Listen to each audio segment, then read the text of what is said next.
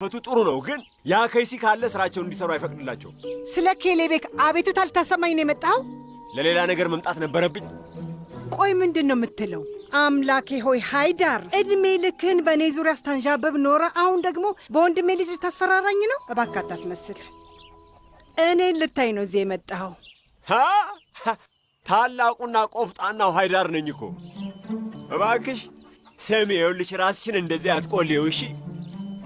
ናይ ሻይ እንጠጣ። እውነትሽን ነው? አይ አይሆንም። በል ሂድ፣ ከዚህ ሂድ። እመቤቱ ዙም